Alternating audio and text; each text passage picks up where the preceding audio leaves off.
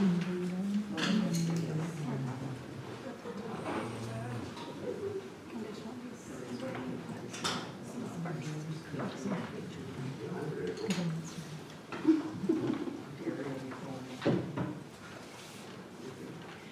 good evening, ladies and gentlemen. Sorry we're a few minutes late. We had a few technical difficulties, and we're going to start our planning very shortly. But just so everyone knows, the meeting is being recorded, so if you've missed something or you want to see something again, it will be on YouTube and on our website. And with that, I'm going to ask for a resolution to come out of camera from our previous afternoon business that we were working on.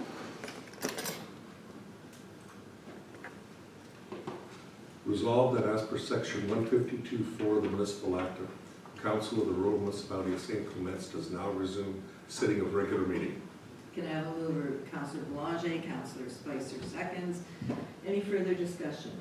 Hearing and seeing none, call the question. All those in favor? Opposed? Carried. Before we get into planning, I'm going to ask our planning assistant to read the information on our hearings this evening. So Kayla, if you wouldn't mind. Thank you. Good evening, everyone. Council wishes to thank you for taking an interest in what is happening in your municipality by attending this evening. The purpose of these public hearings is to receive representations from the applicant as well as any persons who wish to also make representation on what is being proposed. We will first hear from the applicant and then from those present who wish to make representation. This will start with anyone who would like to speak in favor of the proposal, followed by those who are opposed to or object to the proposal. At the end of these other presentations, the applicant will have an opportunity to respond. Outside the council chamber, you will find sign-in sheets for tonight's public hearing. If anyone intends to make a presentation for the hearing scheduled, including the applicants, we ask that you do record the necessary information. At the end of each presentation, the members of council may ask for clarification from the speaker on any fact or issue, but will not enter into a debate. At your opportunity to speak, please begin by stating your full name and address for the record. Persons speaking must address the chair. If they have questions that they think the applicant should answer, they should raise them in their presentation to the chair. The applicant will have an opportunity to respond to questions when the other presentations are finished. Thank you. Thank you for that, Kayla. So with that, we can start our planning, and I'm going to ask for a resolution to move into our conditional use board.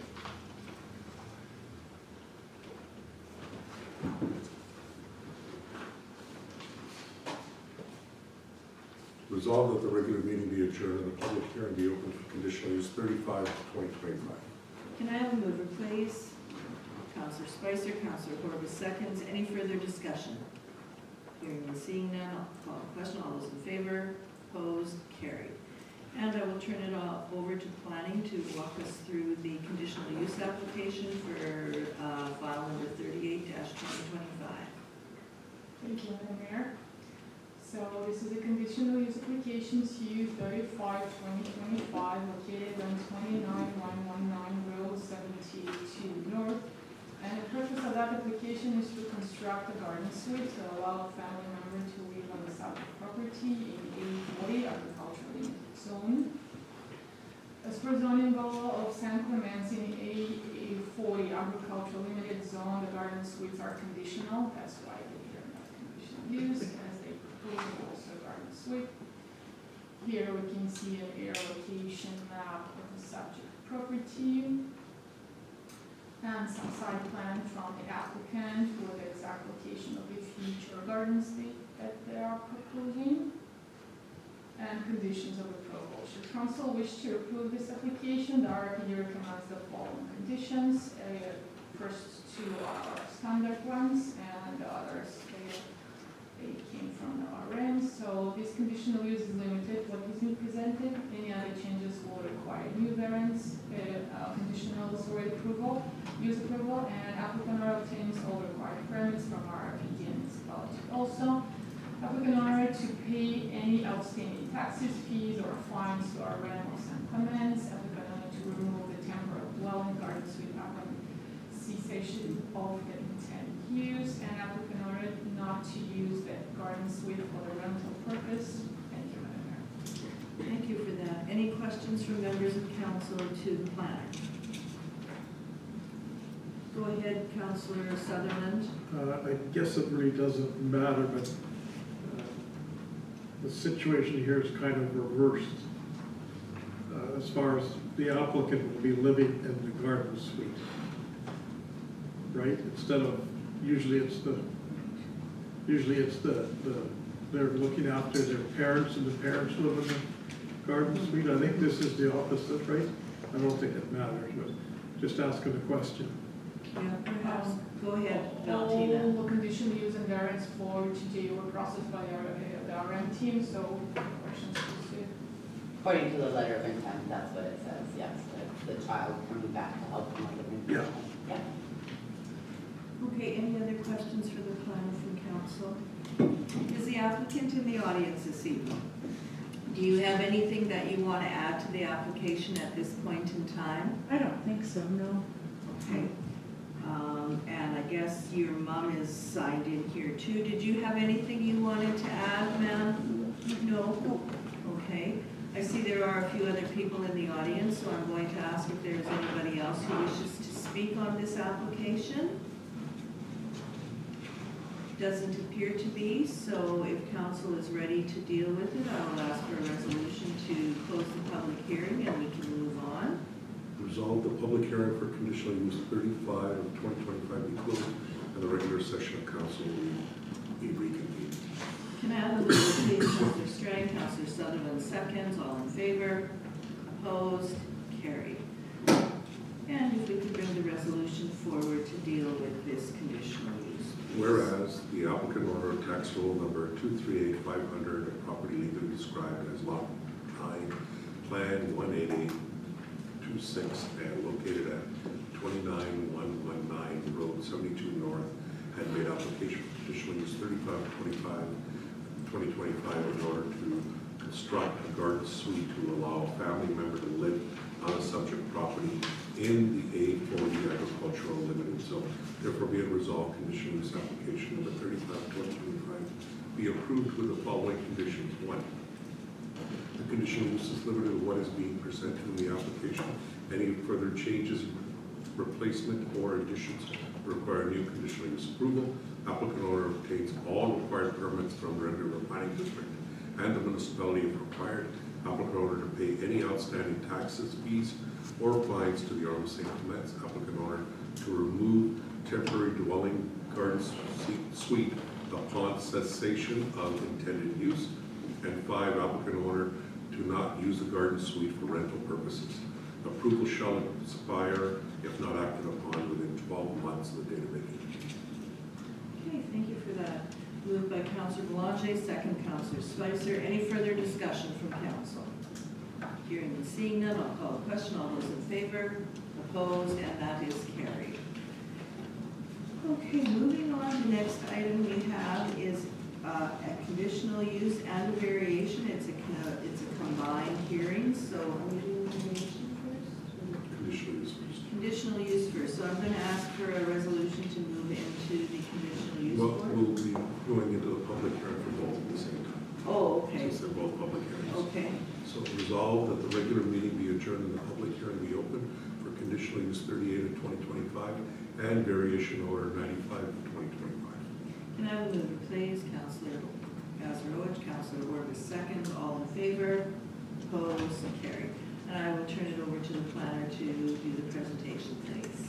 Thank you, Madam Mayor. So I will go through both of the application altogether and then we'll. So first we will deal with the conditional use application, CU 38/2025, located on 63 Pine Drive. And the purpose of that application is to allow continued operations of the constructor establishment in AR agriculture restricted zone. As per in the zoning below St. Clements, the constructor establishment is conditional and they are proposing a concrete construction company. The application map for the property, some site plan from the applicant, where the proposed shop that the construction establishment will be there.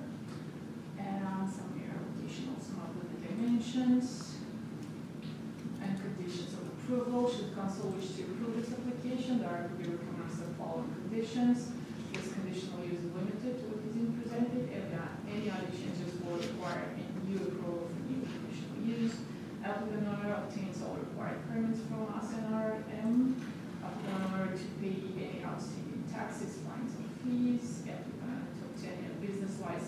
RAM of San Clemente in accordance to the bylaw.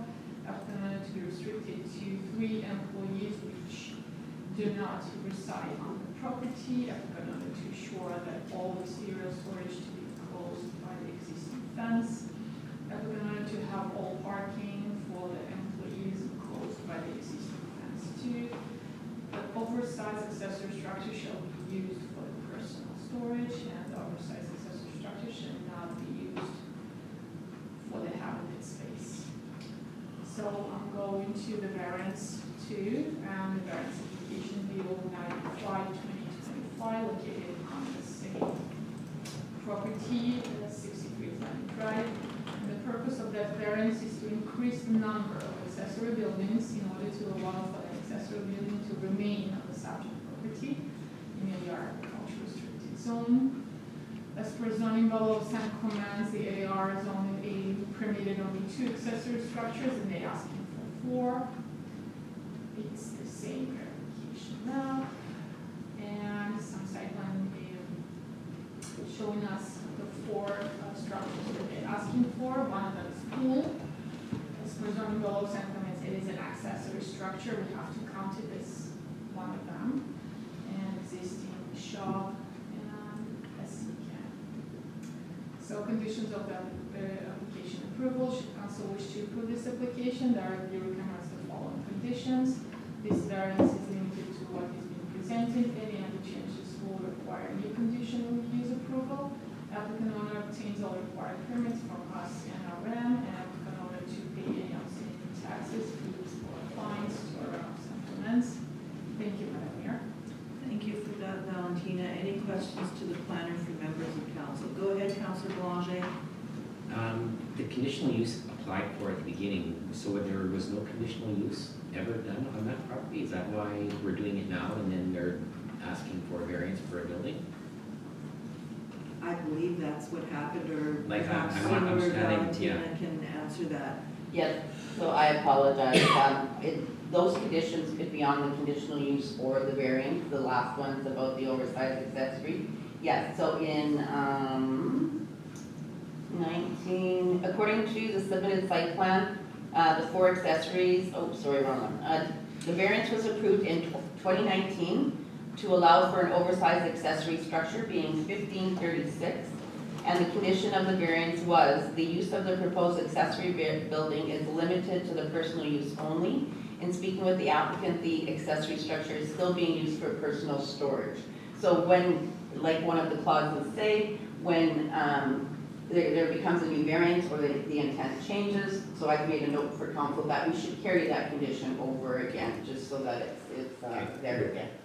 But I think, if I could, Madam Yeah, Mayor, go I ahead. think the councillor is asking, was there a conditional use ever before on this property? Right, that's And part there's never been a conditional use, so the applicant, from what I read in their letter of intent, is that they've been operating here for 9 years, but didn't know that they needed a That's conditional what's use. confusing me, yeah, okay. Okay, good, thank you. Anybody else have questions for the planner? Perhaps one of you ladies can refresh my memory. I noticed that one of the buildings is a CCAN. Did they need special permission to put the CCAN there? I can't recall what the rules are for placing a CCAN on your property. So I haven't been working on that application. Okay. There's no CCANs outlined within our zoning bylaw, so is it a structure? Is it acceptable? If so, it should have a placement permit if it's acceptable as a structure. But there is no CCANs outlined within your zoning bylaw. Okay, anybody else have anything? Valentina, has there been any restrictions on CCANs? Not that I'm aware of, but again, I wasn't working on that application. I can check it right now. Do you recall if there was anything in other municipalities? Like Yes. you also do St. Andrews, correct? Yes. Yes, Do they they do have? have any sample that have restriction for it at all. I think there's been In talk about others, they it. kind of also kind of not preferred not to, but somehow they want it to be more attractive, more kind of hidden, that it's a CCAN, but still. So it's classified as a building without a foundation? Is that how it's, is that how It is it's? accessory structure. Okay. It's not habitable, but they still have to have a permit for it. So I just wanted to make sure that Madam Mayor's question was answered clearly. So this, as Sue says, is it considered an acceptable structure within the Arm of St. Clements? And I think CCANs have been. When somebody comes to put a CCAN on a property, council can put in position as an accessory structure, such as putting siding or something if you want it, but I don't think we have an outright restriction. And I think that's what they're both getting back at. Pardon? No, I don't think we do either. I There's a just, certain property up north that there's a CCAM on, we own. yeah. No, I just wanted clarification because we don't get them very often, so. Not that I'm aware of, Council. So, okay, any other questions to the planner? Go ahead, Sue. I was just mentioning that up south, you did approve a temporary placement of a CCAN for a gentleman while he was building his house.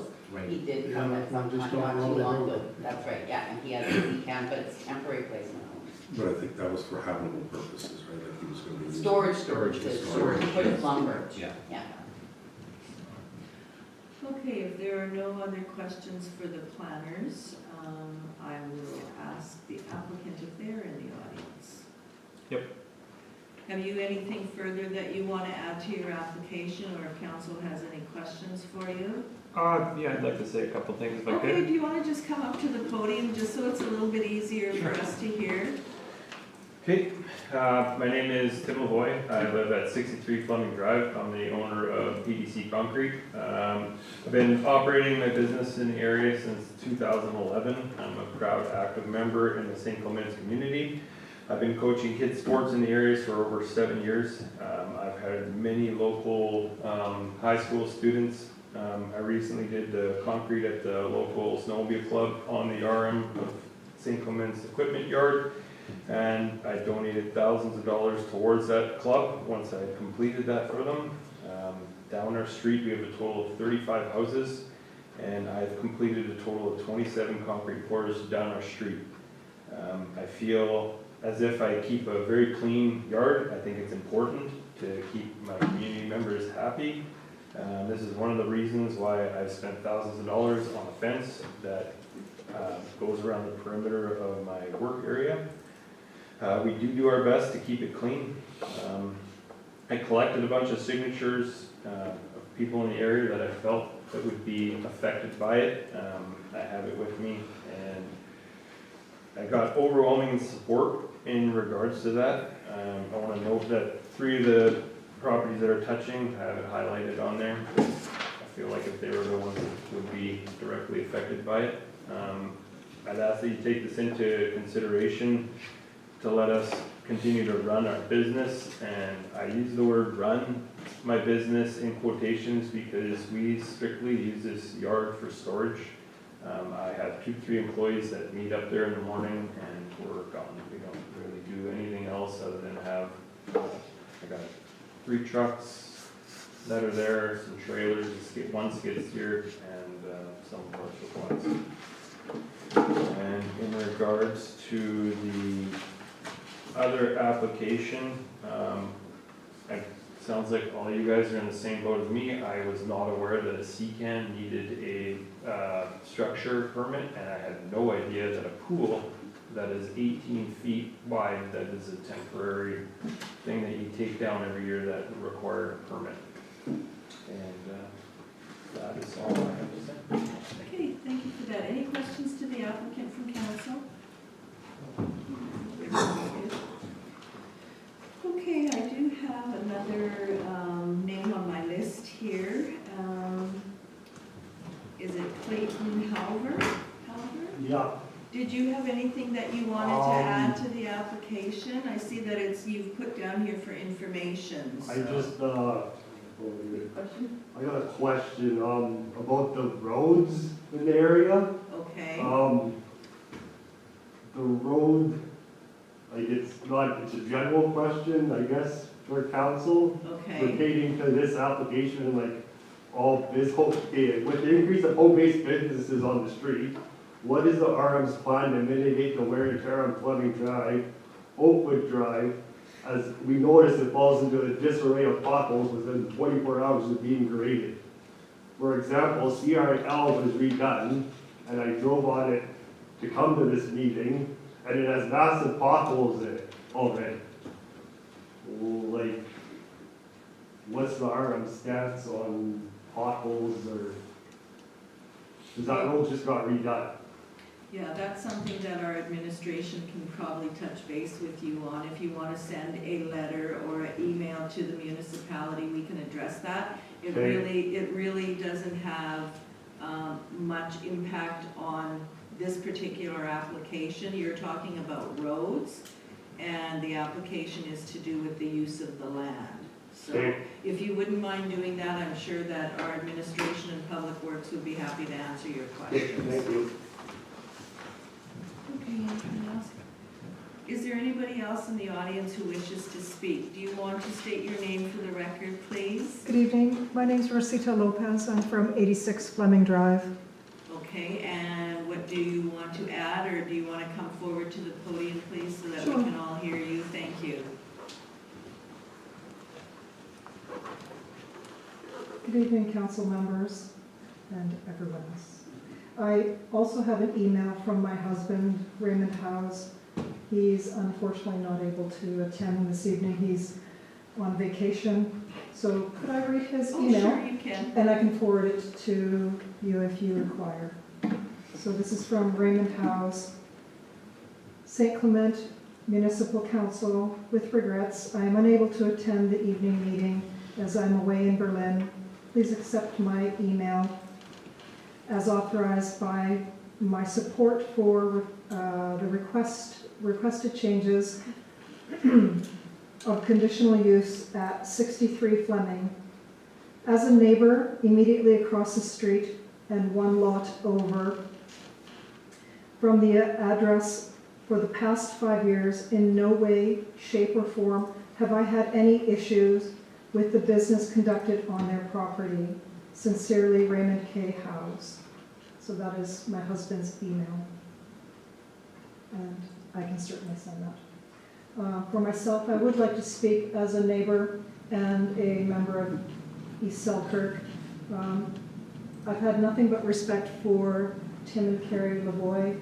They have kept their property extremely immaculate. They're very quiet neighbors. They conduct their business quite respectfully. And I think that if you're going to have a business, that's what you would like to have.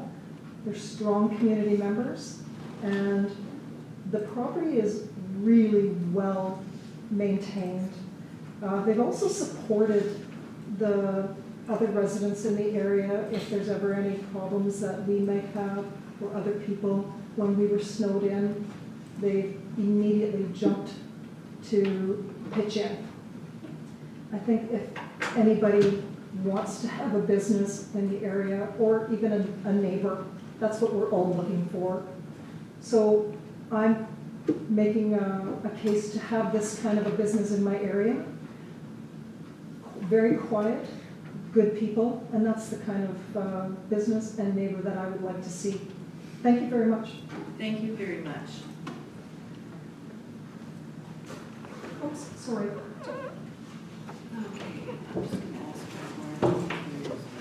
I'm just going to ask once more. I don't believe that there is, but I will give anybody else in the audience an opportunity to speak on this application if they so wish.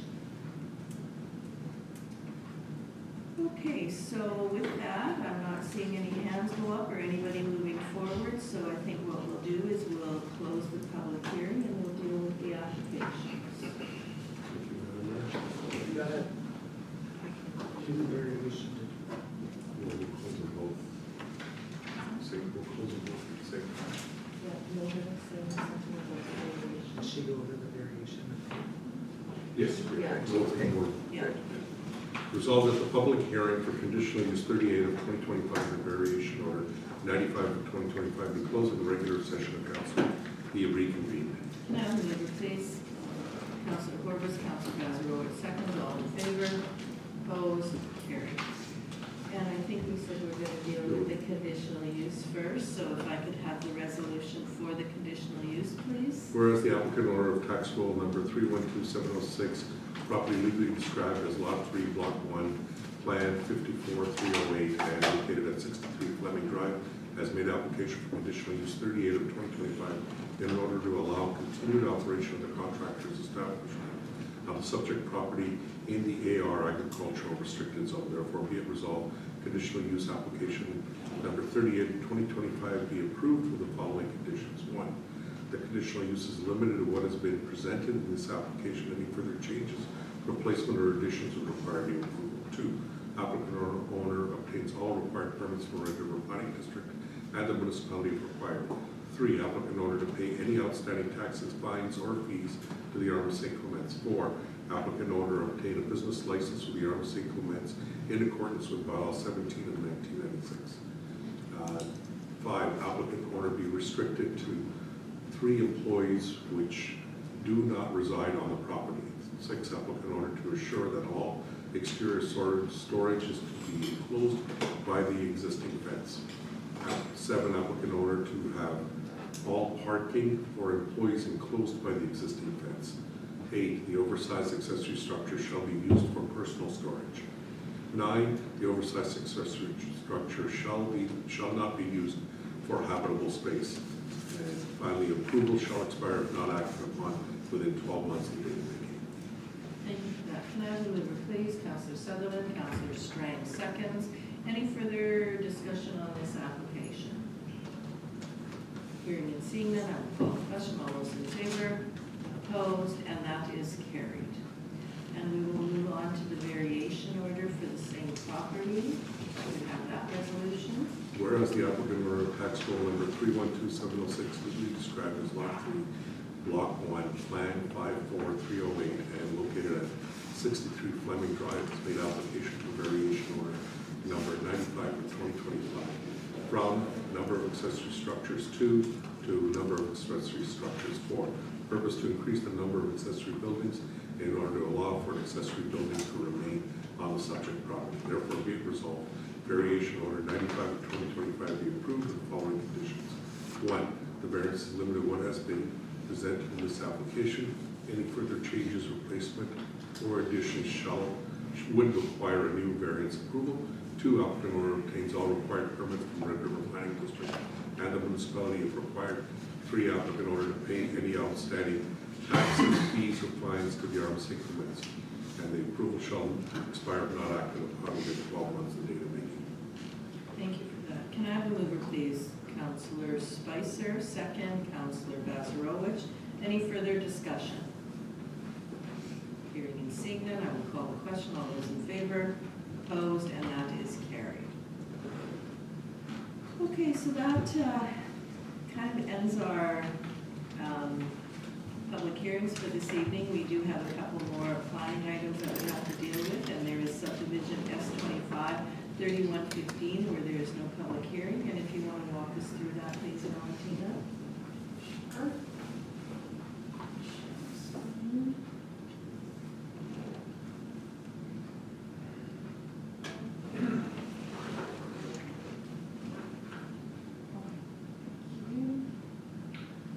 So this is subdivision application S25-3115, located on 4347 River Road, and the purpose of that application is to create 1 additional lot in the GE General Development Zone.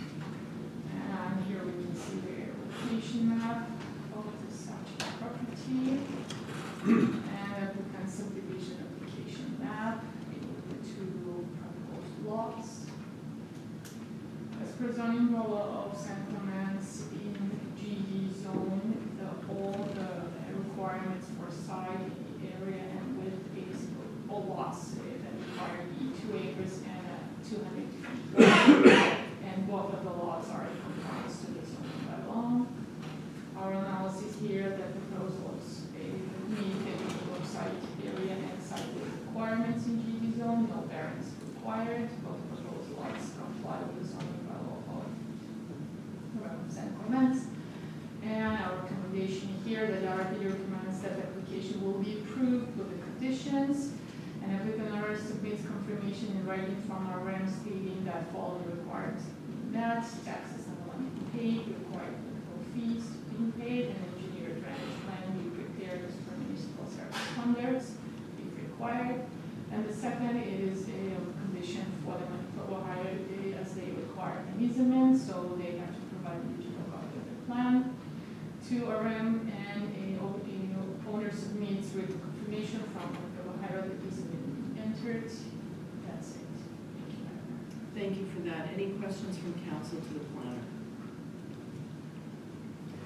Okay, as there's no public hearing, if council is ready to deal with it, I'll ask for the resolution to be brought forward, please. Whereas a drainage plan and letter of credit, am I reading right? No. 3115.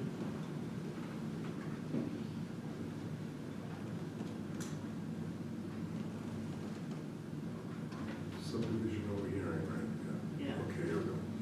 Regarding subdivision application S 25 to 3115, proposal of Rogowski and to subdivide lot 1, block 1, plan 21539. Resolved that council approve the said application subject to the following conditions. 1, applicant owner submits written confirmation writing from the RMC comments stating that the following requirements have been met. 8, taxes of the lands to be subdivided for the current year and any arrears have been paid. B, required applicable fees to be paid as per bylaw 8 of 2023. C, an engineered drainage plan be prepared as per municipal servicing standards if required.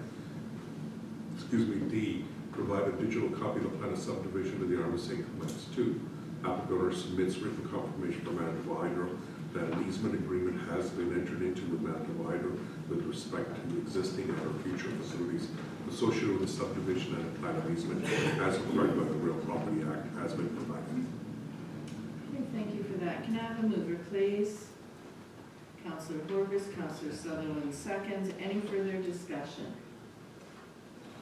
Hearing and seeing none. Oh, go ahead, Councillor Strang. Just clarification, how big is lot 2?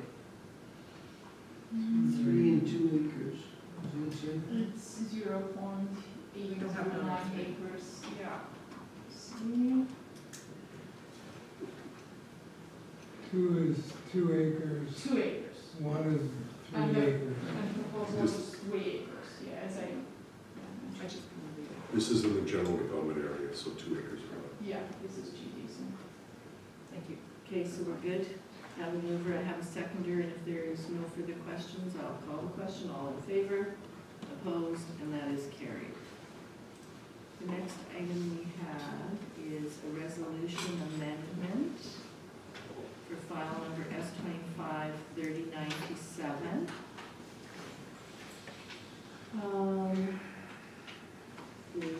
Is it something that planning put on there? No. So Sue, are you speaking on this I can one? speak to it, or? Madam Mayor. Okay, thank you very much. This is speaking to a subdivision application received approval on June 24, 2025. Go here, let me bring it up. In June 24, 2025, and, which included for preparation of drainage plan under condition 3. And it has been determined through consultation with Public Works that that drainage plan is no longer needed for this. So the applicant and the owner has spoken with Sean, our Public Works, on the drainage plan recommendations. And as per discussion with Public Works and the applicant, Public Works is no longer requiring a drainage plan conditional for this subdivision. So we're recommending waiving this requirement, and in order to do that, since this was a council recommended resolution, we need council to give us another resolution in order to waive those 2 requirements. Okay, so if you have something prepared, I'll ask you to read it out then. Certainly, Madam Mayor.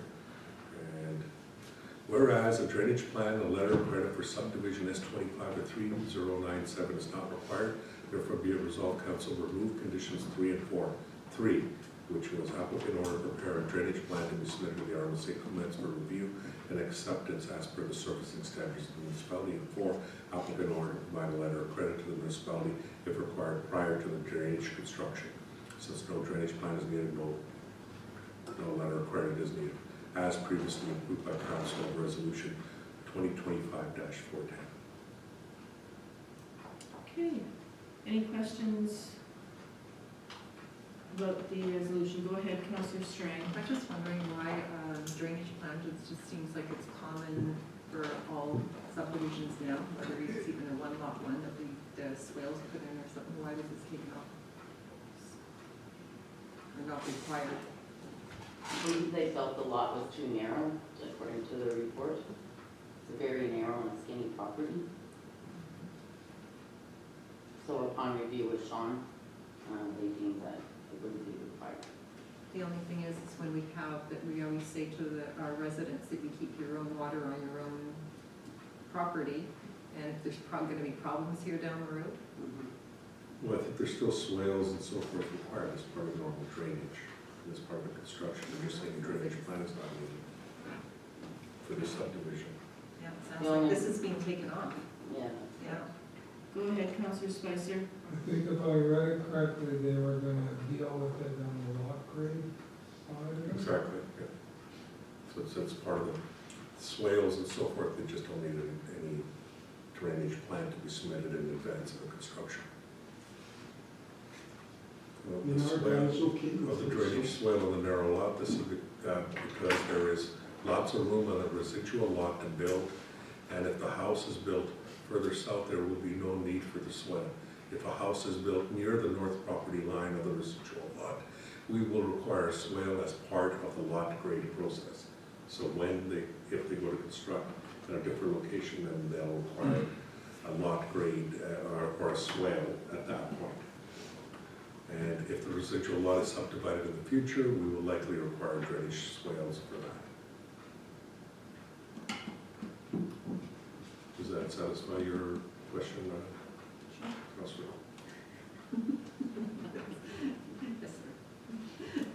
No, I just don't want to create problems down the road, because we do get all our residents that it is one of the things that with the drainage plan and putting the swales in, but if they are going to do it this other direction, as long as it's being done. Okay, did I get a mover and a seconder for that resolution, Heather? Yes? Okay, so I have a mover, have a seconder. If there's nothing else, I will ask for the call to question. All those in favor, opposed, and that is carried. Okay, moving on, and I believe we are at 16.3. 16.2. Okay. And this is another conditional approval, unique situation that occurred. What ended up happening here, the subdivision application of 2024-3076 was given a conditional approval, and on April 16, 2025. However, the landowner, did you want to speak to this, Valentina, or do you want me to? I have the slides prepared for you. Oh, you were prepared for it? Okay, so, sorry, I didn't know where I was stepping in and where I was. Sitting right here. Okay, Okay. there, all yours. Thank you. So this is a reconsideration of subdivision application S243076 located on 79014 St. Louis Road. And the purpose of that reconsideration is to revise the subdivision plan of S243076 subdivision application to create 2 new lots, each being 15 acres plus minus and 14 acres in size in AR agriculture restricted zone. So yeah, widened it enough for you to see. So right here, after the approval of the subdivision, surveyor found another land that actually owner owns occasionally, and somehow they just found it right now. So I allowed to myself to draw here a little, and you can see in the yellow, that's the area that they found that also belongs to the owner, but it's under the water surface. So that's why in our memo, we recommended for you to see if there are any buffers needed or dedications or land, and you can use it as a land dedications for those 10% for as per the Planning Act.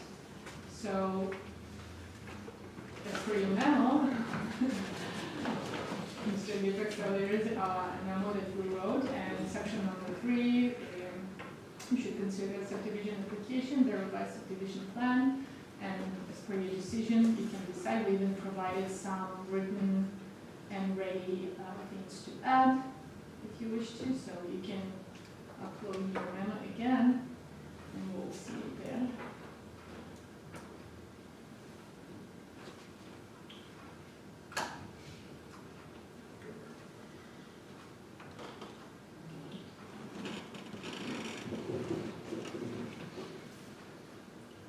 So if we go back to the map, but we don't have to, they own part of the creek. Yes, actual creek. So when the subdivision application was made, it wasn't Yeah. known that the property went into the creek. That happens sometimes in old properties that have existed there for a long time. Usually when something happens, when there's land around creeks, usually council decides to create a riparian or a buffer zone around those. But in this case, it's even more unique because it's going right into the creek. And the RM and the municipality has the right to take land in order to fix that situation for the future.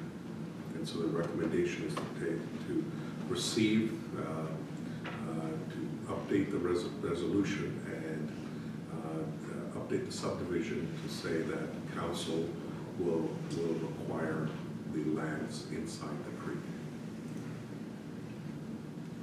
Questions? Go ahead, Councillor Spicer. Okay, so,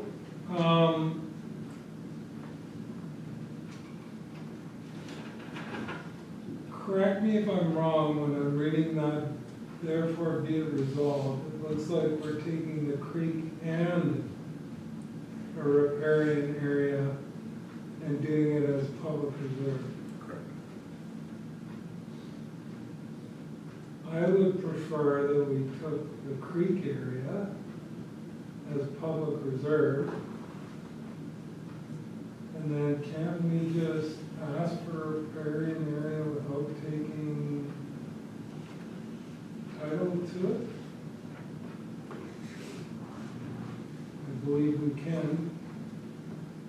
I'm not sure we can identify an area as riparian without taking title to it. I think we have before. You just make a bump, you require the 30 buffer meter strip. Buffer strip? Sure, we can certainly do that. That would be my preference. Because then we're not really affecting the acreages that were there before when we did the subdivision, correct?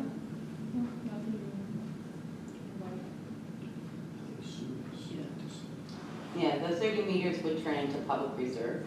So yes, in layman's terms, we would take the property. Yeah, well, I'm saying we shouldn't. I'm saying make a requirement of a buffer strip instead. That is buffer strip, that's recommended at 30 meters. Well, there's two ways of doing it, is what I'm saying. Just wanted to bring up the property for you. It's not that anybody else is gonna use that property anyways, it's on their property, so I mean, it's less tax.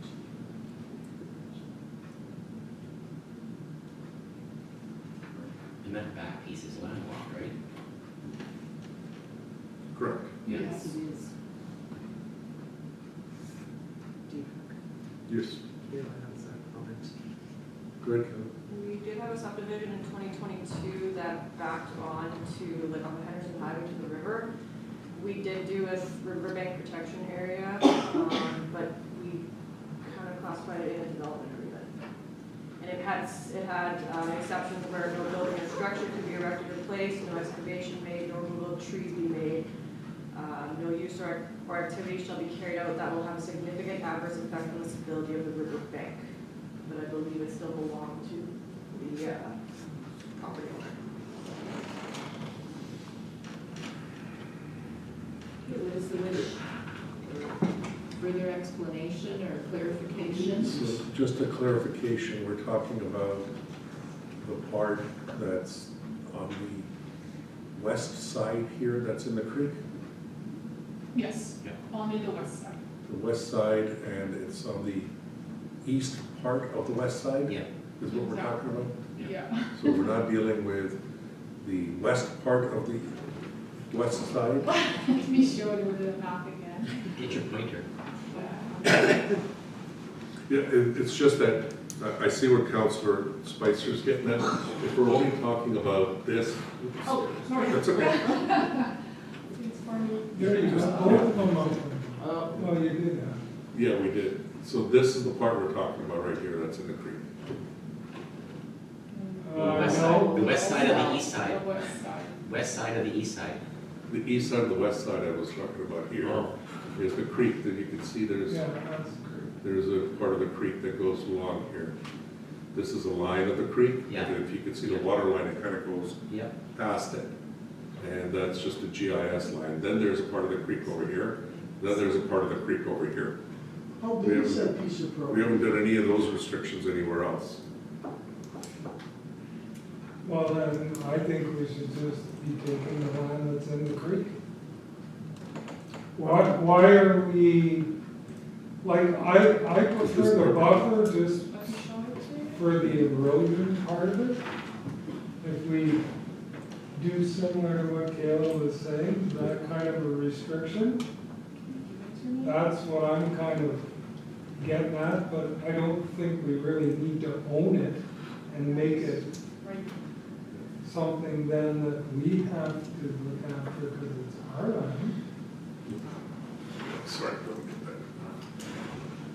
So what you're saying, Councillor, and from what I'm hearing and I'm understanding now, is that only this part is in the creek. Yes. So this is, there's a creek running through here like this, Yeah. apparently, Mhm. and through here. So this part is considered as part of the creek, but the creek's here, and the creek's on this side too, right Yeah. over here. That's a line for the creek, I'm assuming, right here. Yeah, it is. And so that's a line for the creek, so this is the part we're taking. Yes. But we haven't restricted, or we haven't said anything. So if we were gonna even go with a recommendation, it says 300 meters, or 30 meters from here, but it doesn't cover the 30 meters here, it doesn't cover the 30 meters here, or the 30 meters here. So I think what Councilor is saying, maybe just get rid of the anomaly of having somebody own land inside of a creek, and that's it. Is what I'm hearing? How big is that Well, piece? if you really want to do a buffer strip, Like the I'm outside. saying you just restrict development along The edge. all three creeks if you want. All three edges. Yeah, but you don't take title to the land. Yep. that And we could- have done that before. And that could make sense, because at the end of the day, you couldn't, the advantage of having a buffer zone around this side and still leaving that, and usually there's like a delineation between private property and riparian zone, there's nothing here to help you delineate that. Other than it being written 30 feet. Yeah. Where it's situated, there's no benefit to the RM at all, and there's, I don't know why we just don't leave things as they are, because I know where that is, and that's even a landlocked. Yeah. But eventually someday, somebody could build there if it wasn't, if you put a road in there, because on that other map, it showed that Piece of the land. creek wasn't running there anymore, so, I mean, in the future, somebody will be able to build there, it's 2 acres too, right? So, yeah, if we take it, that'll lessen the property too, won't it? It won't be 2 acres. If we take some of the property. Or we're not. I'm not, taking property. I'm not suggesting taking any of it. I'm suggesting limiting development for the 30 meters on the creek edges. Other than taking what's in the creek.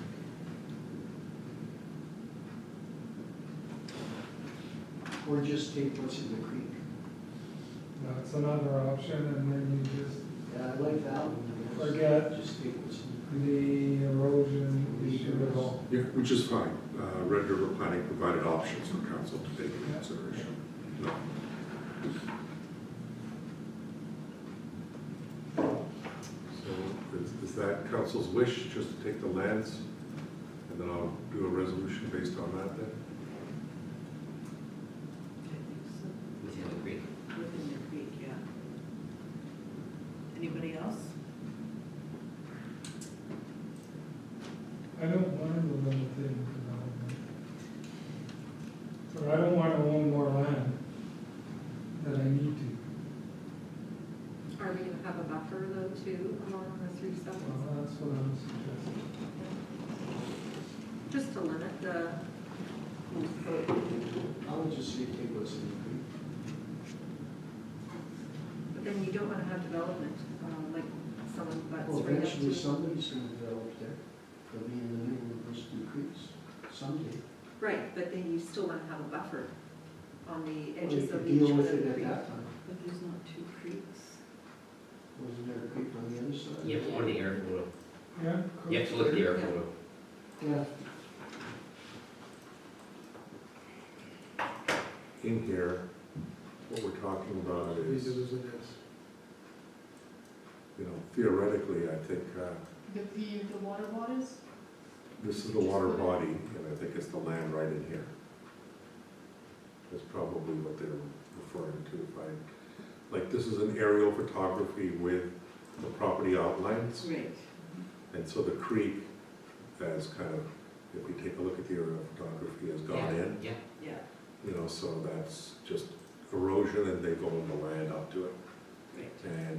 And it's, goes over here as well. On this side. Here, it looks like there's been more erosion, but the property lines. And somehow the surveyor didn't catch that. If I take a look at the aerial photography. I like the idea of just a development agreement, like you were saying, and putting that they can't develop or cut brush within 30 meters of the edges on all of them. Without taking the land inside the creek, Yeah, just leave it. that's up to council. Go ahead, That's a Sue. third option. So the issue is the 30-meter buffer is in your development plan, and the idea behind that was to protect a part of the environment and ecosystem of the river. So if either way that you do it, whether it be a development agreement that says that they're not supposed to remove that, it's just as well, but it is a clause within your development plan. I like that because it's written, To leave the trees. Yeah. For sure. because you can spell it out, it's written, it's text right Yeah. there. Yeah. Yeah. Yeah, no, that's, yeah. So, you need somebody to give you direction? And then Option call one, a 2, or 3. question, and And so then let we me- can vote on Let it. me ask council which options, from what I understand, there are Right. 3 options that have been requested. Option 1 is take the land that's inside the creek that's been identified by the surveyor as you're allowed, and without doing anything else. Option 2 is take the land that's been identified in the creek along with restrictions of a 30-meter development restriction in the development agreement. Option 3, only do a restriction in the development agreement, doesn't matter where the land sits, that's 30 meters from the creek edge On both the west and the east side. on all sides. On all sides, Right including the sides one of the that's water not- bodies, yeah. Yeah. We're good with that. All 3 sides, There's yeah, 3. all sides, yeah. So from where though? From the water From level? the edge of the water, or the edge of the riverbank, like, if I take a look at this. Well, that could photo- change over years too. Exactly. Yeah. So, I mean, that doesn't really make any, Well, it can change a lot quicker if he goes down and cuts all the trees down. oh yeah, that for sure. But I So mean, there's the chicken and the egg. So are you moving, Scott, or are you? Okay, so So I what it have looks one like is question. somebody's already modified. I don't think that that was a natural occurrence here. It's A lineal line? bridge. Yeah. It looks like a bridge. I have a question. causeway. So do we need a development agreement if it's already in our development plan as a requirement? I guess we do because you want it on title.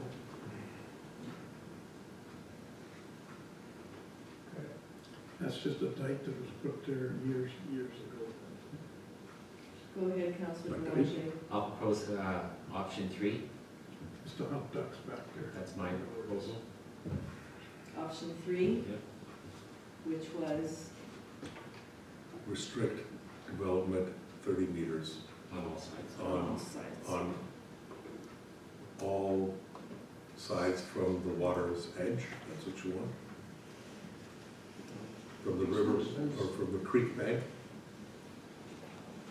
It's usually from the ordinary high water mark. Yeah, Okay, we can do that.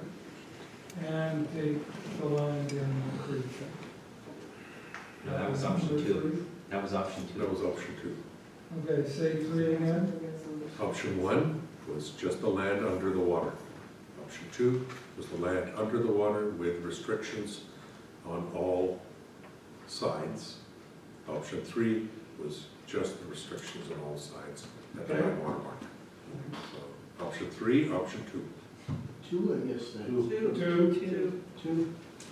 Okay, 2. Okay, so let me see if I can get this. That's from the high water mark, right? Ordinary high water. Okay. So whereas the applicant for subdivision application file number S24-3076 has submitted a revised subdivision plan which illustrates additional land owned by the landowner. And whereas council has reviewed and considered this revised subdivision plan, be it resolved that the following condition be added to the conditionally approved subdivision application file number S24-3076. Applicant owner dedicate the land within Dubus Creek and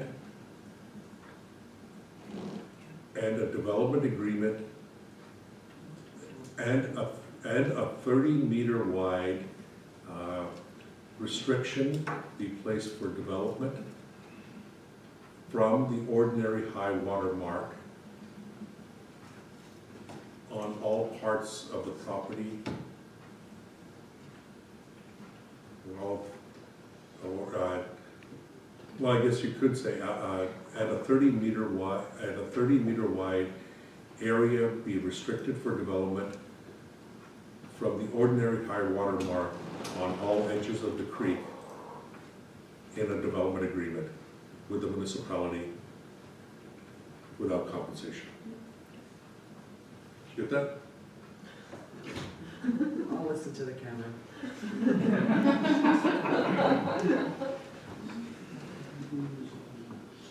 So what we're saying is, the land, it was dedicated within Dubus Creek, so whatever land is within Dubus Creek, and a 30-meter wide area be restricted for development purposes from the ordinary high water mark on all creek edges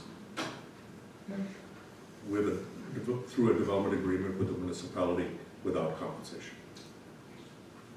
I'll move it. You're gonna move it, Councilor Boulanger will second it. Any further discussion or comment? Hearing and seeing none, I'll call the question. All those in favor? Opposed? And that is carried. Okay, moving on to item number 16.2, no, 3. 3, easement agreements regarding a subdivision. And is there anything else for Valentina? I'm just trying to look here. The other is a road name. No, there isn't anything else for Valentina. If Valentina wishes to leave, I think you're. we don't think we're going to give her that option, are we? Do they want to stay and listen? If you need me, yeah. She has many councils to deal with. No, I think we're good for today, so if you want to skip out, you can go right ahead, Valentina. We still have a little bit of business to work with, so.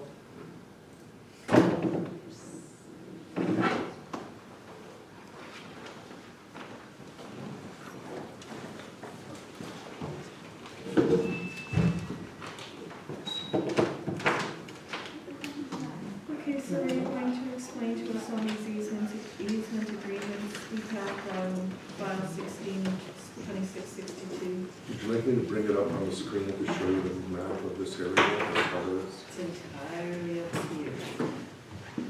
Okay, so let me bring it up on the map. And Sue has been actively working on this file for quite a while. I think we're finally at a point that this subdivision is nearing completion. Wait, what? And so what you'll see on this is, you'll see the large subdivision here, going from, on Fuller Road, going from east and west, and all those lots that were subdivided in there. This was the low-lying area that's been identified in that subdivision, which is been identified as a retention pond, detention pond.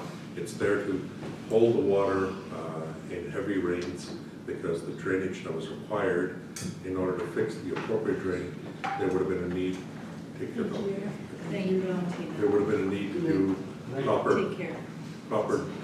drainage work all the way from 2 Mile Road all the way to St. Peter's Road.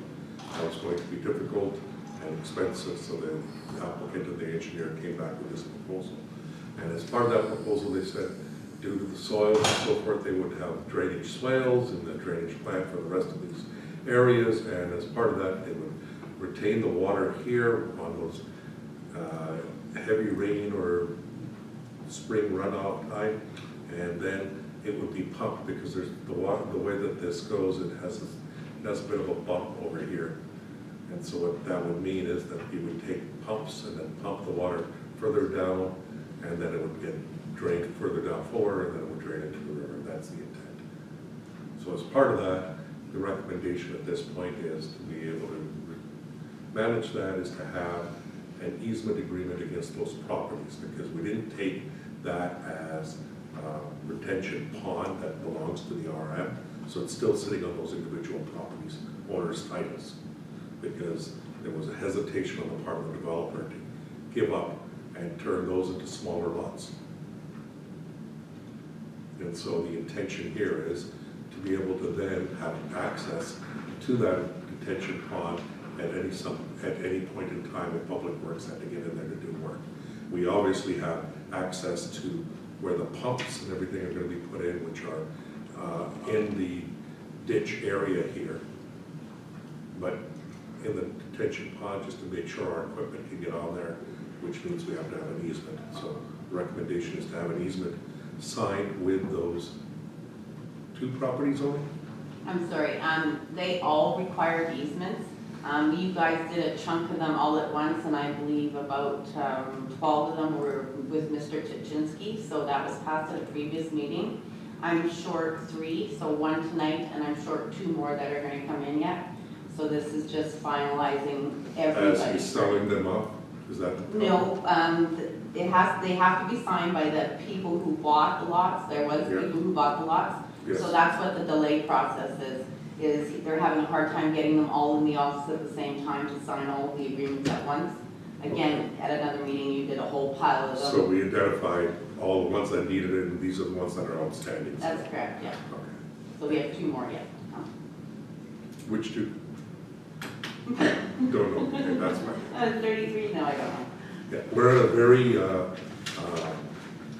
we're very confident that we're at the final stages of this subdivision and the approvals, the drainage plan, and we have a third-party engineer who's doing the review and verifying the works that were completed in order to meet the drainage requirements. And as that's being approved, we're approving the process of this. So once that's done, that everything gets signed up, then we can start selling the lots, or we'll start? They've been selling the lots already in front of them, yes.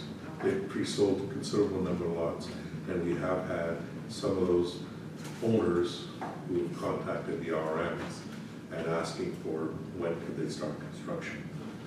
And most of those have been held up for building permits, because Red River can't grant them building permits until the requirements for the development agreement have been met, which was the large drainage plan, which is really outstanding. So we're at a very, very close stage here. I'm hoping this is probably the last fall we'll have to deal with this. Has he ever paid us our money? He has paid us the money for the lots? Yes. Yes. We've collected all funds. There's some additional funds and costs, because there's been significant amount of legal and other expenses we are on this. And we've had multiple times, I think there was some email exchanges I saw just today as Sue is dealing with.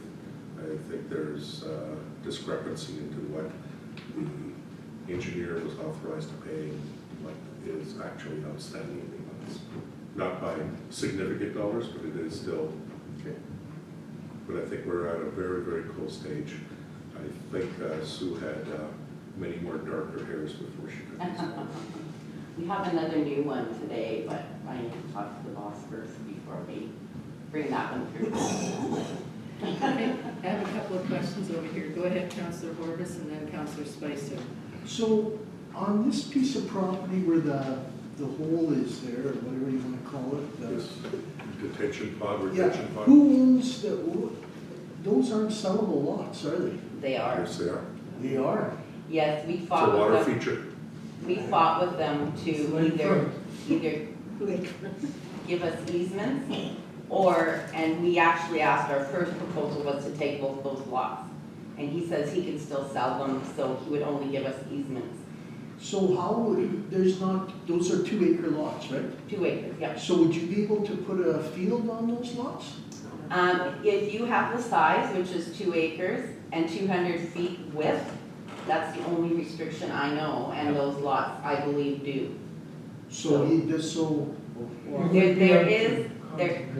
Yeah, I'd have to confirm that with environment. The issue is the wide pipes. Sometimes they have to be so far from the property line, so like as the pipes spread out in the backfield. So that's why they ask for 200 feet in width. But as he gets condensed more, those things might have to go out and not such a far pipe. but still, it looks like the width there, and those 2 lots, those people will be sharing them. Well, What about this other it's one? no different than any of these. As an example, if you were to put a house back here, like if I was to put in a house, Yeah, no, I see what you mean, yeah. if you put the house there and I could cover that entire thing as a driveway. If I wanted in front, no different than if I put in a pond there myself. What about these other 2 lots here where the hydro goes through? Are those 2 acres too? I Those believe ponds? that one's bigger. That one's big. So that you wouldn't be It's able to... 1.95 acres. 1.95. Oh, okay, so you'd have to put a holding tank on. Yeah, and this one is also 1.94, and the rest of them are 2.26. Yeah, okay. All right, thank you, Sue. Going back to those 2 lots where that retention pond is, the one on the east, I'm not sure what that is, the white in the back here, if that's gravel or whatever, they're not gonna be able to do anything with that lot. That's the pile of bush there, brush pile. I believe that's material they pulled out to dig the detention. So they dug it, and then they took that material and just threw it in that corner. On those 2 lots, the driveways it'll be like a flag-shaped lot. The driveway's gonna come in, they'll have the ponds in front, and then they'll only have the back piece to develop on. So like both of them are gonna look like a flag-shaped lot, although, and all we have is easements. They own those. I haven't seen any water in that hole since it's... Well, that was one of the arguments they've made. Obviously, at this point, when there's no development, the soil is able to absorb it. The more development happens, less permeable soil, and there's a possibility. The engineer did do their analysis, that came back, asked the engineer to put in a proposal, we accepted that proposal. And now the problem is they haven't built to the design that they submitted. It's their design. And so, at the end of the day, yes, this might be a pile of material, but when they go to develop, they'll have to remove the material or do something with it. Okay, so if we can move this one forward, oh, go ahead, Scott, sorry. So, just clarification question. So it will be the RM's responsibility to monitor and pump this? To maintain the pumps, correct. Thank you. Okay, any more questions? This came to council at that time, the design was there, but this was the only option that was available at that time. And so we've done all the best we can to manage the maintenance of those pumps. Now, it's, what will be required for those pumps, so it's clear in council's mind, is in the fall, we will be taking the pumps out of the ground and in the spring putting it back in. We own The pumps. Well, he paid for them, but we own them back. we take them after that. Yeah, it's our responsibility to look at Yes. his deal. You're good? Yeah, I'm not good, but there's nothing I can do, so. Okay, if you want to bring the resolution forward, and maybe we can finally finish dealing with this one. Okay, I just exited out of everything, so give me a second, I'll come back in. Okay, read it from there. Finally, fully loaded. Yeah, this is the one with the gas station. Yes, it is. Whereas the Rural Municipality of St. Clements has conditionally approved subdivision S16 2662 on December 15, 2016. And whereas the easement agreements are required for drainage and is required the owners to sign the agreement, and whereas the following owners will be entering into the easement agreements with the Rural Municipality of St. Clements as outlined below. Lot 14, Plan 68421, Craig Gerald Duma. Therefore be it resolved, Council of the Rural Municipality of St. Clements authorize the signing of the easement agreements. Can I have a mover, please? Councillor Horbus, second, please. Councillor Strang, any further discussion? Hearing and seeing none, I'll call the question. All those in favor, opposed, and that is carried. Okay, I think we have one more item, 16.4, and that is a road naming. Yes, Madam Mayor.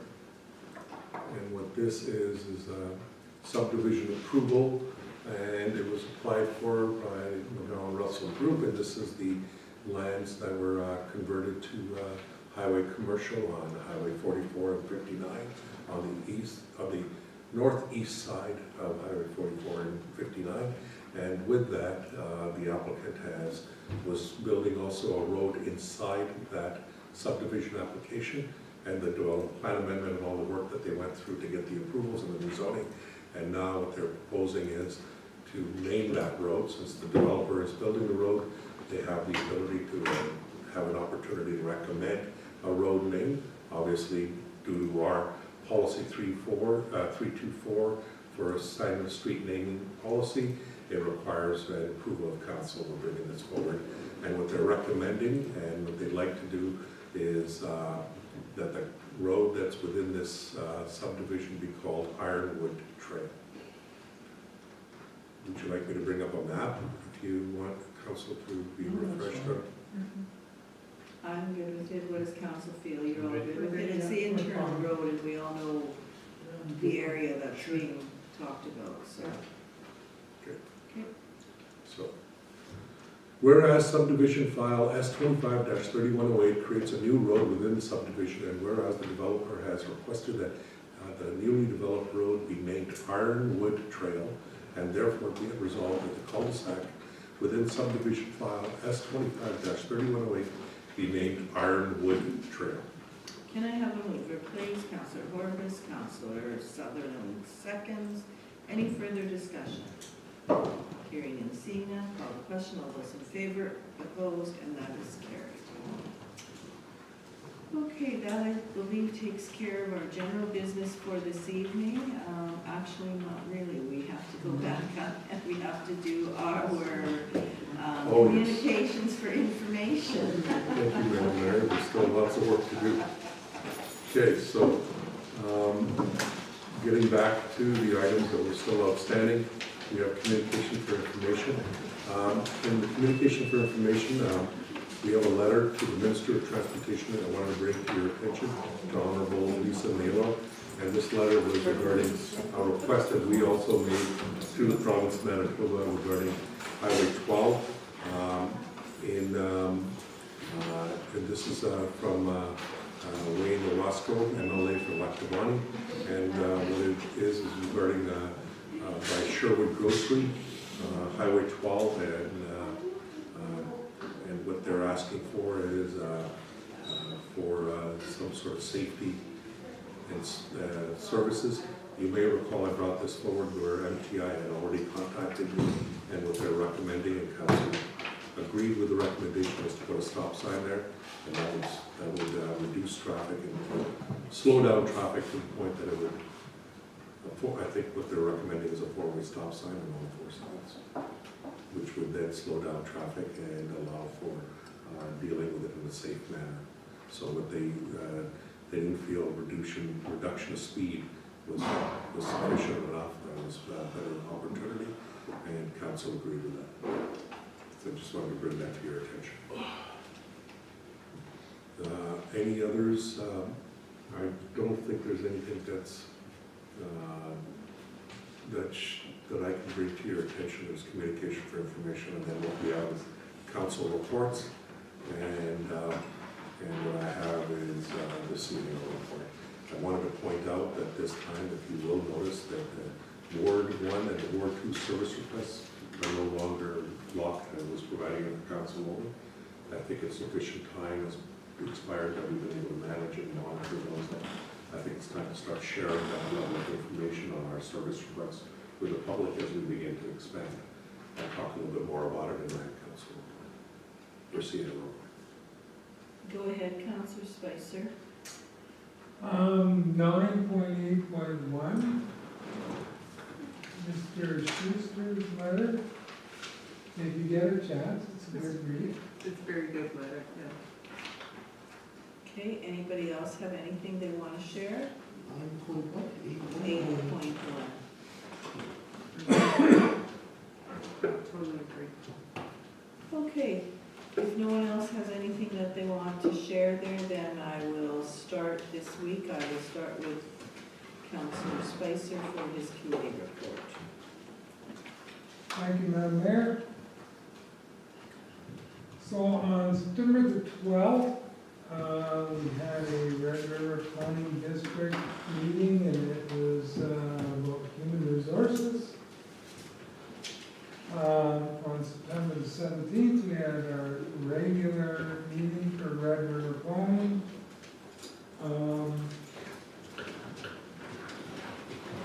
So I guess there's a couple of things. There's something coming up we're going to be discussing later. But there was also a discussion about planning departments, priorities, I guess let's call it. And Madam Mayor Hopper here would disagree. I think it's coming down to we've kind of asked for a report to have the planning department get back to looking at the zoning bylaw amendments. So, and I think that was general consensus around the table. So at the next meeting, we're gonna be discussing that. September the 18th, we had a Northeast Red Watershed District regular meeting.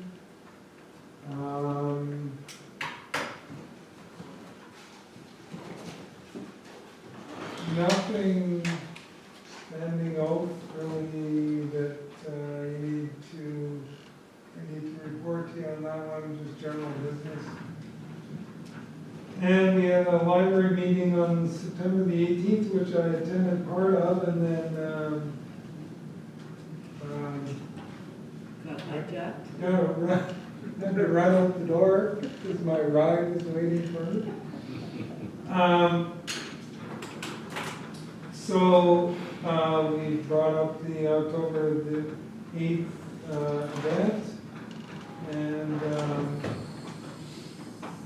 we're still trying to see if the province is interested in assisting in the expansion. It seems like, you know, it's gonna take some persistence, maybe put it that way. Red River Basin Commission, our chapter meeting, very interesting meeting, I thought. We had some presentations. One fellow, and I'm not going to say his name because I will. Masood, I put it in here and I Masood? took it Yeah, out. Masood? Yeah. They're doing a study of atmospheric sediment disposition. So this is, we always talk about the nitrates and phosphorus and other things coming down the Red River. He's studying what's coming into Lake Winnipeg through the air. The air. Yeah. And they did a lot of this when the fires were happening, and it's pretty astonishing how much, because I'm going to try and explain this. So the phosphorus needs something to latch onto. So it was latching onto the particles in the air from the wildfires and then entering the lake as it fell. So he's done a measurement. It was quite a large number. The problem is now is they've only done it 1 year. So in order to even do a paper, you need 2 years of study. Once again, he's got to find some funding in order to keep on doing this stuff. Global warming. Yeah. And then some fella named Rob Boulanger talked about Red River Operation Cleanup. He did an update for us, which was good. And then Hank Benema talked about they're doing some work with Yarmouth Rosser to try and drain some lands in Centerport so they can, well, they're looking for a plan so they can do more development. Of course, just updates, South Chapter Gala is the 13th and the summit is January 13th, 15th. And then we had a Northeast Red Watershed District sub-district meeting this morning, so that's for the sub-district of Red River, which is kind of like the South End. I think there's a number of sub-district meetings coming up. Folks, for those involved. So we talked about the mock conference already today. We have put together a one-page document for small acre holdings of programs that people can apply for. Because in the South District, that's mostly what we have. But we actually went through it today and we've got a whole bunch of suggestions, so we're going to revamp it. I was supposed to remind about the possibility of a rain garden at the activity center when you're doing your drainage plan. I think she said that you guys have talked to her, but it was a while ago. And of course, that's because we've been concentrating on getting the building done. But they'd really like to see that happen, not only because they can give you money, but then it's one of those partner projects, right, that people will see. Yes. So can I make a comment, Counselor? Yes? The study on the effects of fires and detaching to phosphorus and going into Lake Winnipeg. How relevant would that study be if the residency of water in Lake Winnipeg is only 4 years before every drop of water that went into Lake Winnipeg is cycled through the Nelson River into the Hudson Bay? So what they say is, as an example, Lake Superior has a residency, so if a drop of water goes into Lake Superior, it stays for 191 years. In Lake Winnipeg, when a drop of water comes into Lake Winnipeg, in 4 years, because of a shallow lake, it's gone. So is it the concerns with the air capturing phosphorus and putting it in there? Or is the concern constant pollutants that are constantly bringing phosphorus into the lake? Well, Maybe I mean, something you may want to ask. it still comes back to the same thought, right? How are you gonna measure that with 1 year of data? Yes. It's a study. You're gonna have to have multi-years, because that's a good point, like maybe next year, you study it again and it's all gone, right?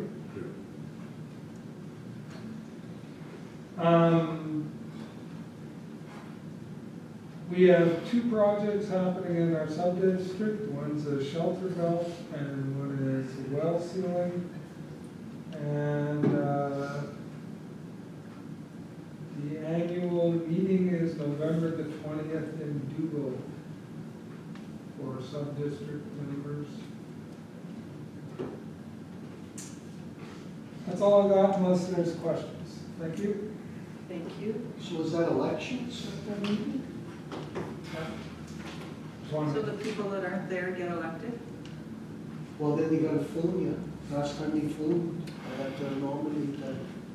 What day is- Like the one. What day is that again, Spicer? November the 20th. In Dugal. Don't know. Okay, Glenn, go ahead. I have nothing to report at this time, Madam Mayor. Okay, thank you. Counselor Horvis. Needs? Needs. Counselor Sutherland. Well, I think they should have been at the last meeting, but I didn't attend. Our meeting, I just was talked about naturally September 4th. And September 10th, I had a more Zoom meeting. That was it. That's all for you. Okay, Oh, yeah. go ahead, Counselor Strang. September 10th, I had a Red River North Tourism meeting. And just brought out, I did mention to them about us possibly changing our open house. So I was asking St. Andrews, and same thing with Red River North Tourism. I said we were just throwing it around that maybe doing our open house would be in June sometime, in the latter part of June. But I said that's something that our administrators will have to get back to, because I know they get double booked a lot of the vendors and everything too. So, and St. Andrews has an open house then, so we were just going through some of the datings of everything. September 18th, they had the Interlake meeting for tourism, but we were at the Red River Basin Commission one. And October 25th, they're having a Tommy Prince Memorial Celebration. And the family's coming in, they're having it actually in Clandeboye. That's where he was actually born. So they're dedicating in St. Andrews, so October 25th. I don't know if there'll just be invitation will be coming to each of our RNs, but I did write that date down. And we have a paddle challenge on September 21st. And Culture Days are coming up in Selkirk, and also the Gary Theater will be opening late 2025. So they're moving on that. I think Tommy Prince has one son. Doesn't he have that think we met where you had all the medals. that Yes. Santa- Yeah, he was at, the celebration of life that I went to for just a couple of weeks ago. Was he there?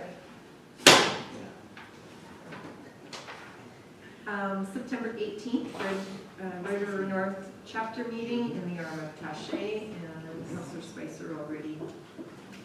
Sorry, I stole your thunder, No, sorry. that's okay. That's good, thank you.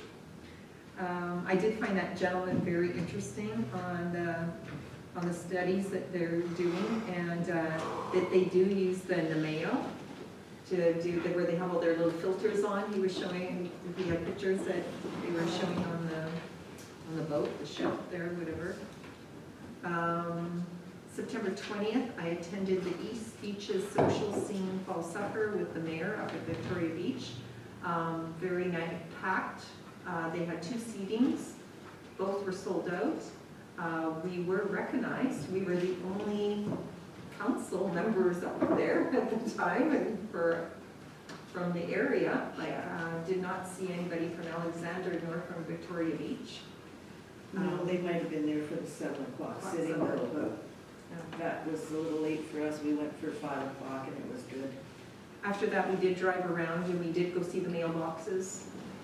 We looked at that board and we went to see the bird. That wasn't happy, but I just thought it was. But thought the mailboxes were in the wrong spot. But that's Canada They look Post for okay. you, right? They look okay. It's just very congested and crowded there in the area. Too bad it wasn't on the other side, but Why, was there a lot of people there, just congested there? no, it's just so much stuff. Stuff here at the community center, but. And on Sunday, I attended the Red River Paddle Challenge. They were all coming in the back of Half Moon in our municipality.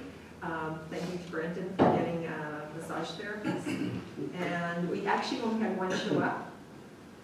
And it was I actually, think we budgeted for 2. we budgeted for 2, yes. So he'll only be whatever Brad will be charging. Brendan, I guess, for just the 1 or whatever. Brandon was doing massages? But it ended up that the one worked out well. Because, but last year we had 2 and there was lineups for them. That people were standing around waiting for, like, to get in the tent. Thank you for getting the walls for the tent. It was there, it just closes it off because sometimes the paddlers come in, they are soaking wet. Well, lots of times it comes in. So we're holding up blankets to make for like a shield so they can get changed into dry clothes and everything. But yeah. No, thank you. But it ended up those walls were super nice. Clear poly. There were 90 paddlers, anywhere from BC, Alberta, South Dakota, Wisconsin, and somewhere else further south. That sounds like it's down, there's usually more. Yes, it was down this year, they have 90. And the one thing that Brad came to me, he's We're sure we're gonna get back in. he's the originator of it. He said that the province is trying to shut down from them going in this location because of the locks, and he wants them going on the other side.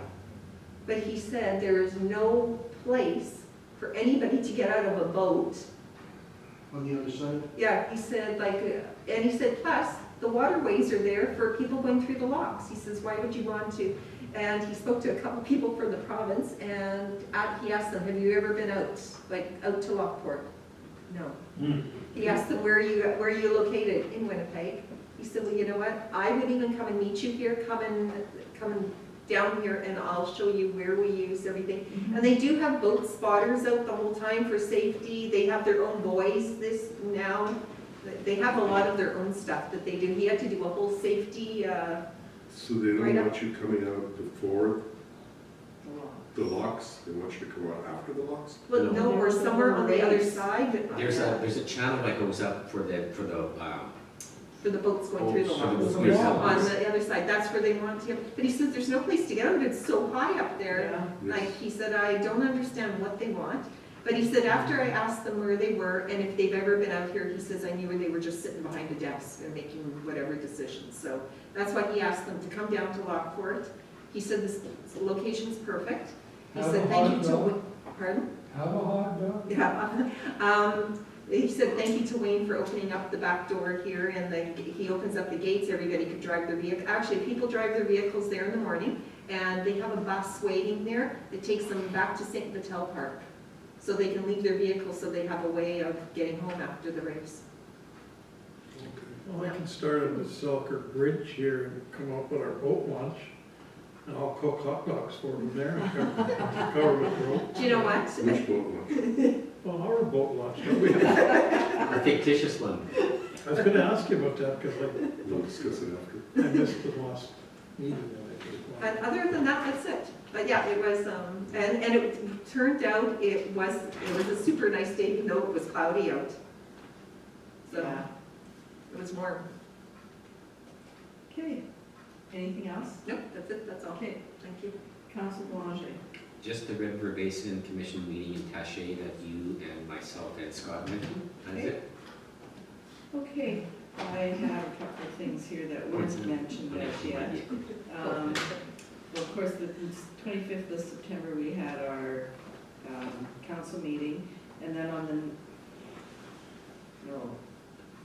9th of September, we had a council meeting, and then on the 9th, I also went to the MMA graduation. We did have Kayla graduated, and Deepak and I attended that along with Heather. September 11th, JQ board meeting and a meeting with the minister.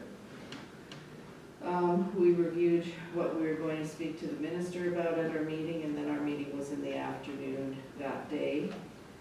September the 17th, I had a JQ finance meeting, and that was in preparation for the financials for our next board meeting.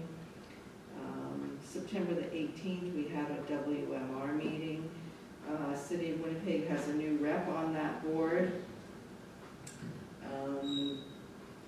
Recent meetings with the province were reported on by the executive, and each executive nominations will take place at the AGM.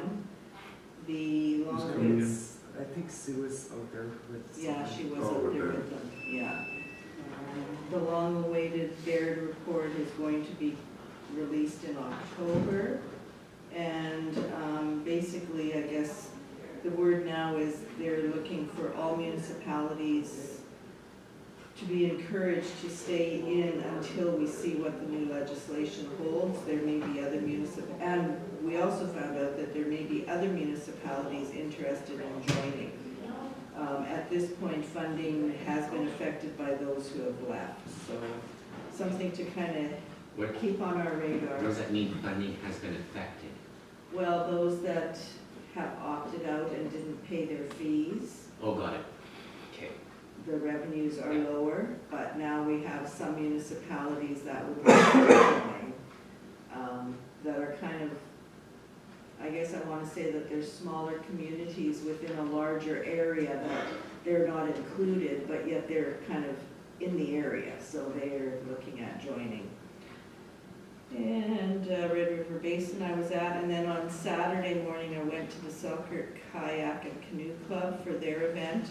They had the Grey Cup was there, the Keeper of the Cup was there, and it was a kind of neat event. There were greetings brought by a few people, and some presentations were made to some of those that have made contributions to the club. And again, as Councillor Strand mentioned, we went to the fall supper at East Beach's social scene on Sunday. And that's all I have. Go ahead, Mr. Administrator. Okay, I have my report for the end of the month, Madam Mayor, and I'll go through it. And so, Well, is this where you guys want me to leave? No. Or not yet? there's lots of time for you. Yeah. So, first of all, St. Clement's Activity Center, negotiations have begun in regards to the delay costs and the works to complete. And I will have that discussion further with you in camera, because these are legal discussions that we've had. The good news is that the project continues to be on, in fact, probably a little under budget than we anticipated. And in fact, we will be complete, we will likely complete this entire project with asphalting of the parking lot within the same budget that was originally identified. Now, remember, this is probably going to be the very first project that was receiving, what was this ISIP grant with 2018 dollars delivered in 2025 and on budget. So that's a very big task, and I have to congratulate the work and the hard work of our project manager who's kept them on target. And so we have asked the contractor to return the cash allowance that was identified in the project. And as we've stopped doing any additional work, and we will be exploring additional works identified in the overall project that were not in the contract. These include lighting in the parking lot, so we're looking at putting another light in that parking lot, as well as asphalting, as I mentioned, and the additional landscaping. And that's where we can address the rain gardens elsewhere. We expect the, so that's the St. Clements Activity Center. Anything else I'll be discussing with you in camera because it's legal negotiations now. We expect the asphalting at the East Selkirk Fire Department parking lot to be completed very shortly. There was the work that was needed in order to stabilize the, and make sure that the base and the soft spots turned out to be a lot larger than we had originally anticipated, but it's all still within the same budgets. And the soft spots in the gravel parking lot that you might have noticed today have been filled in, and we're ready to put in the asphalting. So we are also continuing discussions with the service sharing in East St. Paul for water and sewer, and expect to bring a service sharing agreement forward in the next month or two. There's been a lot of progress in the last little while. There is one item that I need to discuss with council on that, is that we need to have a service sharing committee that was passed by resolution of both councils, which included council and administration. So we'll have that discussion later as well. As to the RM, there's a project that I've authorized, and I just wanted to make sure council is aware of it. And this is with the ozone depleting program that we're going to be doing with appliances. So it's we've accepted a contract from, and I provided a copy of the contract in, because it's a legal contract only for council to see, but it's available for you, which offers a significant environmental and operational advantages over simply removing the refrigerant gases and scrapping the units for metal.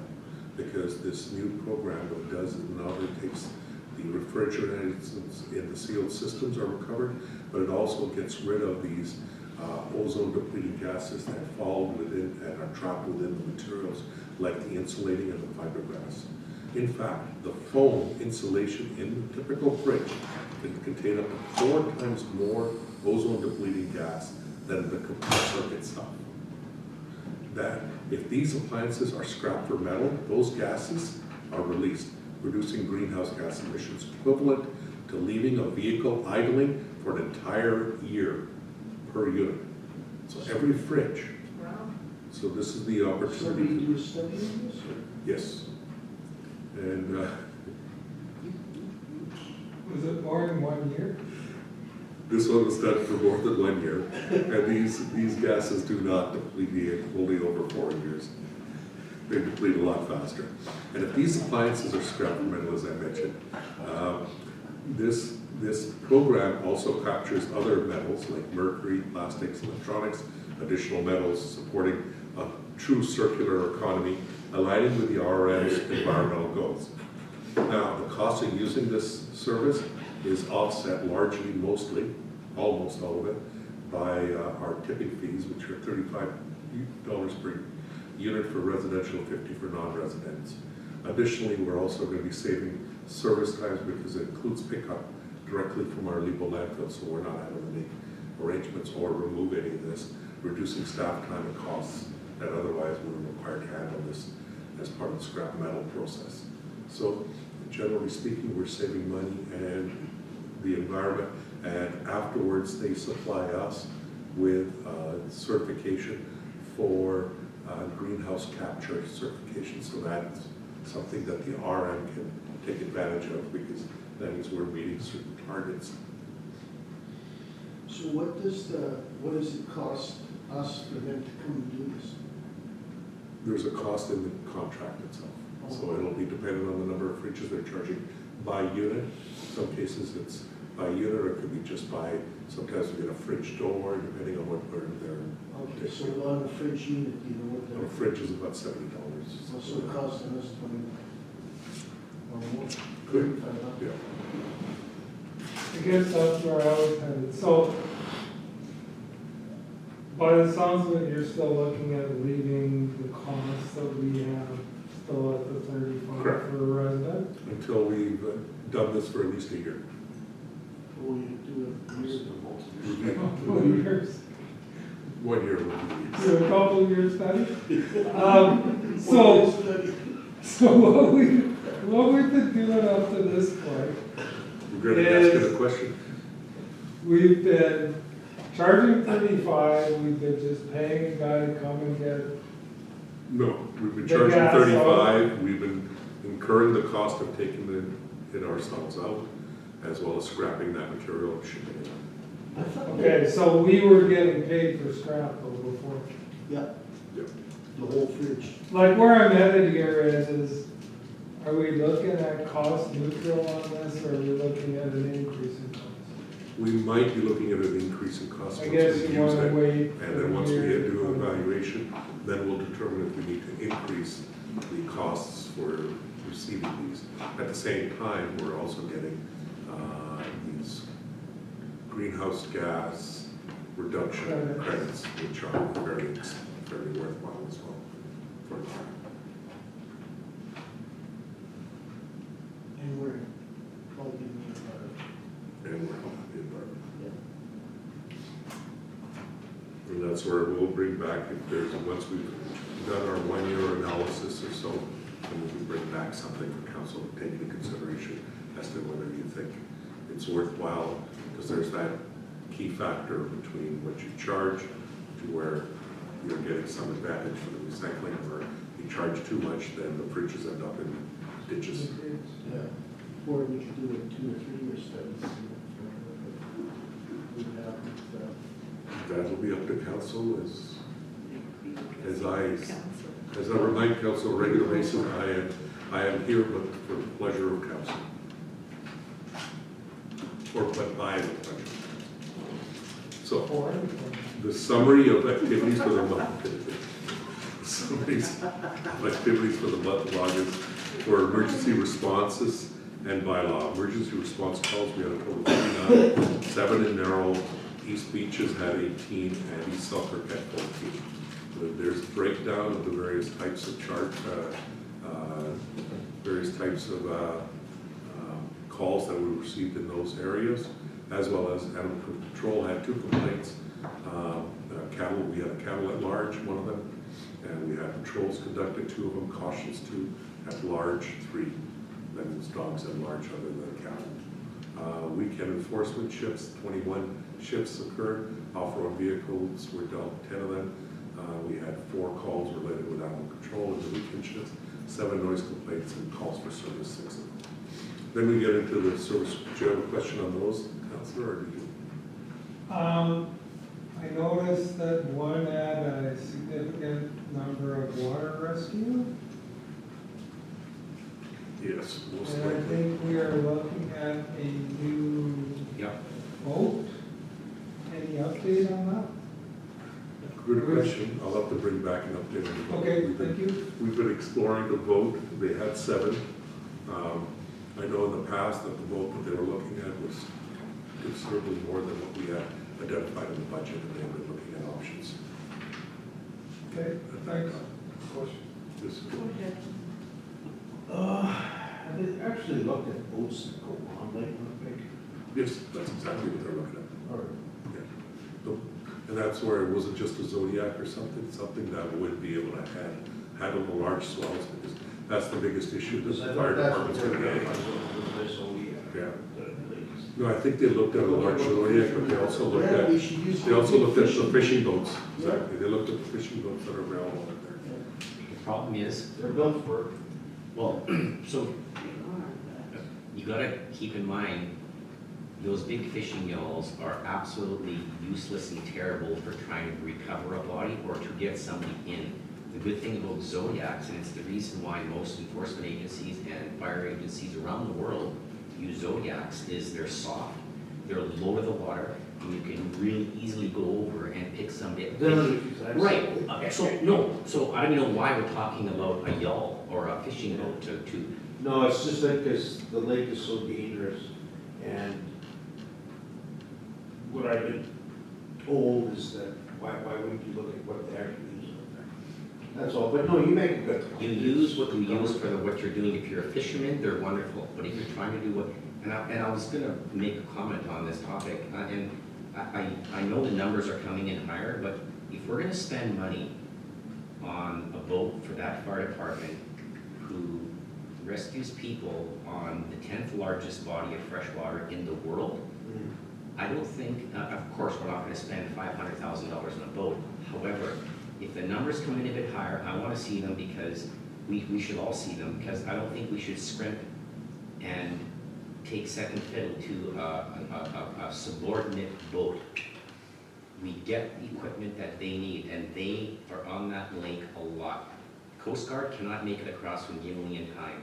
That fire department has rescued and saved more people than you can shake a stick at. Agreed. And we're researching it, as I recall, making sure that the needs of the fire department are met. But we all know when you paint something red and you put the word fire department on it, the price goes up dramatically just by the supplier alone. Well, And so that's what we're trying to manage. we have a partner that has to agree to it too, right? Yes. Yeah.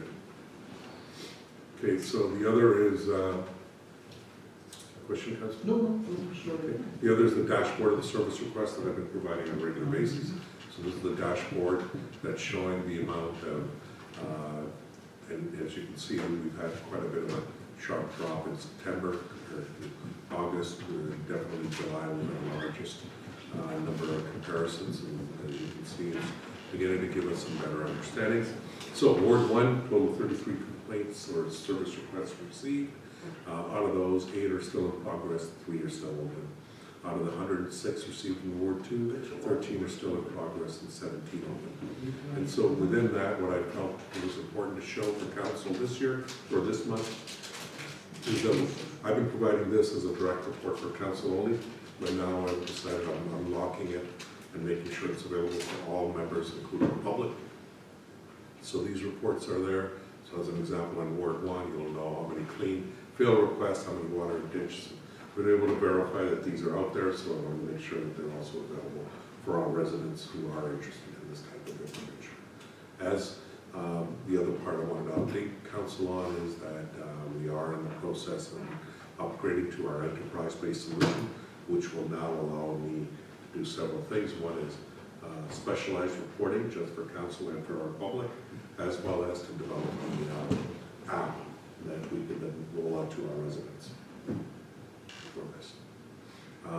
I have reinforced it again with our staff, and I'll continue to reinforce about making sure that our residents are aware of these service request numbers. I know that in most cases, when you do get inquiries and somebody says, I don't know it, when that information comes to me, we know that it's in the service request. We can even see the email, the date it was sent out to them, identifying that this is their service request number. Whether it's clearly being taken that way or not, and I think there was a recent one that you gave me, Councillor, that you asked, and I didn't see any response back from the resident, but there's been multiple contacts with the service request number to them. I think we have to educate everybody that, and everybody has to be told too, that when they contact, hang on to the service request number, this is your. Yes.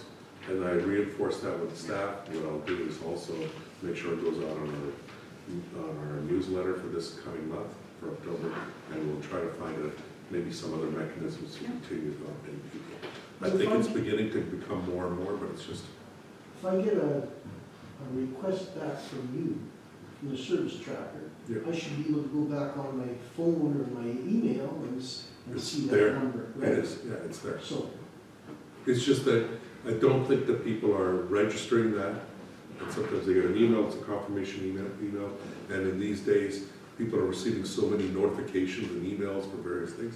People are not paying any attention to the detail. All the RM just told me they're looking at it, okay, they just read the subject line and that's sufficient. like junk mail. Yeah, they might be seeing it as junk, I don't know. I'm just speculating at this point, and all we can do is continue to encourage people to do that, remind them on an ongoing basis, and maybe develop some better communication models. So that's Ward 1, here's the Ward 2 service request.